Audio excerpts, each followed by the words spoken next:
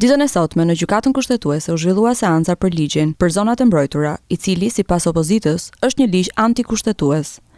Teksa lajmëroi pjesëmarrjen e saj në këtë seancë, deputetja e Partisë Demokratike, Ina Zhupa, thotë se kjo është një betejë për mbrojtjen e pasurisë kombëtare me qëllim mbrojtjen dhe ruajtjen si trashëgimi të fëmijëve tanë dhe brezave të ardhshëm. Është një betejë për mbrojtjen e pasurisë kombëtare me qëllim mbrojtjen dhe ruajtjen si trashëgimi të fëmijëve tanë dhe brezave të ardhshëm. Atje ku është një lagun, një liçen për gjithë qytetarët, me vlera unike për shëndetin dhe natyrën, nuk mund të kthehet në oborrin privat të vilave të oligarkëve që betonizojnë dhe shkatrojnë çdo trashëgimi natyrore kombëtare, shprehet Zhupa.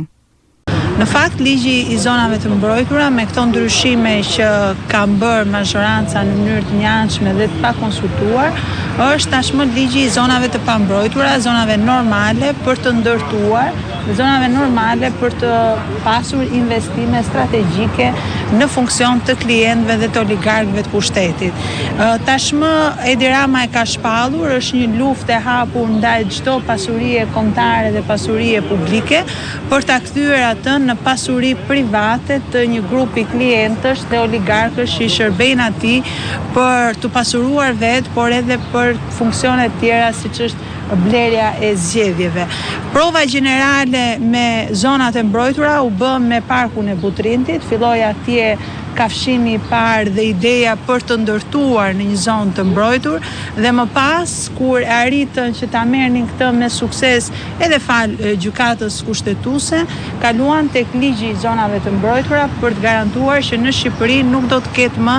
asnjë zonë e cila nuk ndërtohet, asnjë zonë e cila mbrohet dhe asnjë zonë e cila trashëgohet e tillë e palëkundur dhe e pandryshuar për brezat e ardhshëm. Kryeministri e bëri gjithë propagandën e tij edhe elektorale, por edhe vetë majoranca duke thënë që do të afrohemi drejt standardeve të Bashkimit Evropian, do të jemi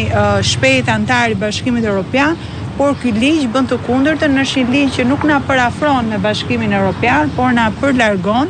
shkel marrëveshjen e stabilizim asocimit në anën 108 të saj, por shkel dhe atë që janë standardet e Bashkimit Evropian, që tentojnë të bëjnë sa më shumë politika që i ruajnë zonat e mbrojtura dhe mjedisin, ndërkohë ne bëjmë të kundërtën, bëjmë politika që t'i shkatrojmë zonat e mbrojtura, t'i japim zonat e mbrojtura tek oligarkët për të ndërtuar resort e vila.